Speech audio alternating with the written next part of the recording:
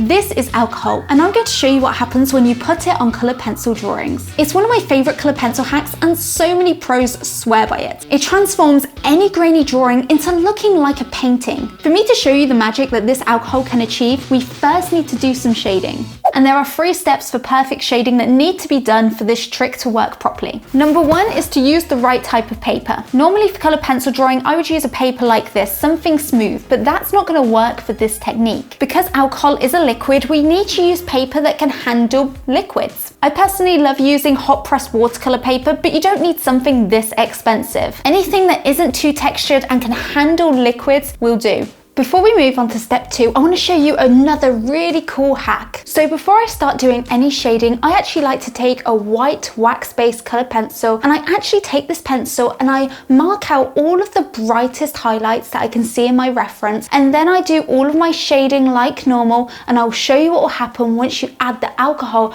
over the top of these markings later on, because it's so cool. Step 2 for perfect shading is to shade using lots of light layers. You don't want to press too hard on your pencils for this blending technique, and make sure to keep your pencil really nice and sharp, because that will help you get even smoother shading. And step 3, which is so important, is to shade with enough pigment. So you do want to make sure that you do enough layers of shading before you blend with this solvent. So make sure to spend lots of time building up multiple layers of shading, go in different directions. Even in the lighter areas, you want to make sure that you have enough pigment down. So pick a few lighter pencils, even white, and do some extra layers in those areas to make sure there is enough pigment, otherwise the alcohol trick might not work. And there's 4 reasons this blending technique is just so good. It smooths out all your shading and eliminates all that graininess. It makes your colours way more vibrant. You can add a ton more details and layers even after blending. And my favourite thing about this technique is that you can add light colours over darker colours after you blend, which is just something that's so hard to do when you follow the normal blending techniques. So you're going to need a few things for this hack. First of all, you're going to need alcohol. And I won't actually be using this one, even though it would work. Instead, I'll be using rubbing alcohol. You're also going to need something to blend with, and there's a few different options that you could use. My 3 favourites are cotton buds, blending stumps, and a brush.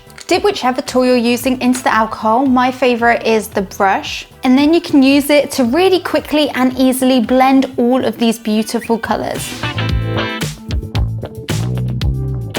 I'm going to show you how to blend an entire drawing, but before we do, I see so many people really amazed at this trick, but when they try it themselves, they get frustrated and end up ruining their drawing because of a few simple mistakes that are actually really easy to avoid. The first mistake is not doing enough shading. Like I said before, if you don't have enough layers of colour pencil down on the paper, then it won't blend out very well and it won't give you a smooth result. It will still end up looking grainy. And this is just because there won't be enough pigment on the paper for the alcohol to fuse together to get that nice smooth result. The next mistake, which I see beginners do so much, is using way too much alcohol. You don't want to take your brush, dip it in your alcohol, and then go straight to your drawing without blotting it on some kind of tissue. And using too much alcohol makes the blending process really hard to control, and the colour pencil will just slip and slide everywhere and create a bit of a mess. This next mistake really turns a lot of people off of this blending method, and that is getting these muddy colours. And you'll get muddy colours if you don't plan out how you're going to blend your drawing.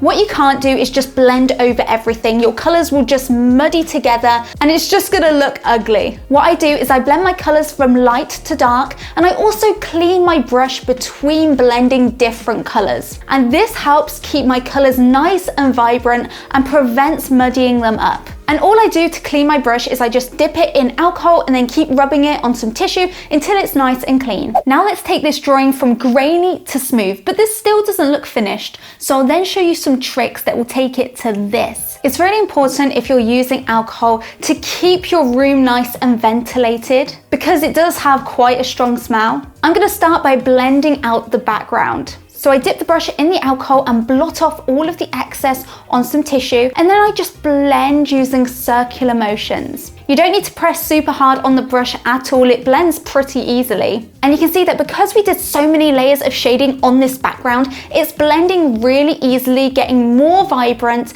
and starting to look almost like a painting. As I blend the background, you can see all of those white bits of the paper are just being filled in, so that we have a completely saturated base layer of color, which is something that can be quite hard and time consuming to achieve with color pencil, because you normally just have to use loads of pressure on your pencil to get this smooth layer of color. When it comes to blending smaller things like these berries, you can switch to a blending stump to blend, or a cotton bud, or even a smaller brush, but I'm just gonna stick with the brush that I used to blend the background. And after blending that blue background, I made sure to clean my brush before blending all of these red berries so that I wasn't transferring that blue onto the red. One thing that you might notice is that all of those white highlights that we marked out at the start, they're all just popping back out. And this is an amazing hack that I love to use with this blending technique. Here you can see it in closer detail. Just mark out all of your highlights with your white pencil, add your shading over the top, then go in with your alcohol and blend over it, and you can see that those white highlights just pop straight back out. This can be super useful for things like whiskers, little white bits of fur or hair, or anything really. And if a little bit of color does get transferred over those white highlights, I actually just go in with some sort of an eraser, like an electric eraser, and just go over the top, and that just brings it up brilliant white. It's so handy.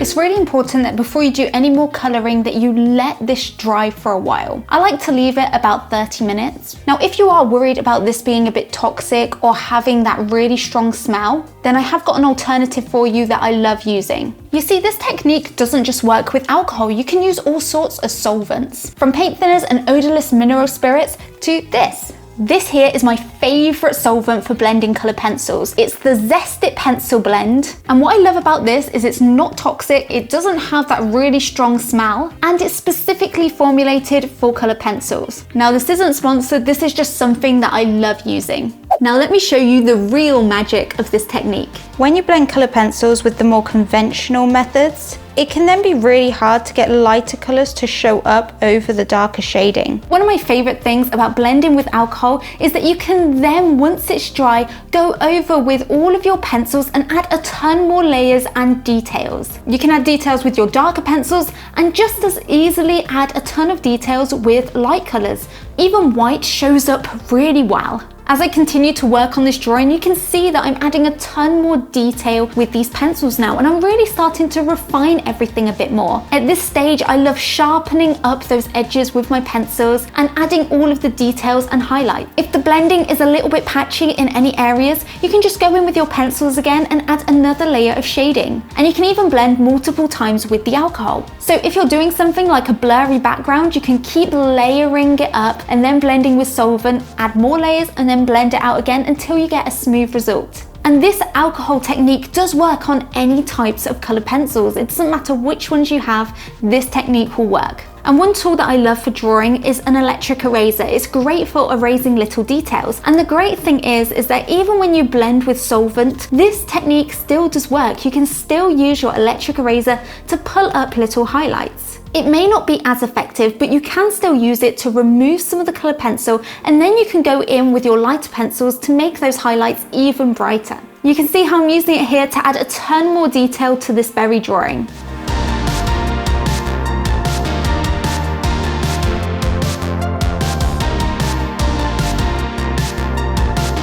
You can see how this hack has made it easy and fast to turn a grainy colour pencil drawing into looking like a painting.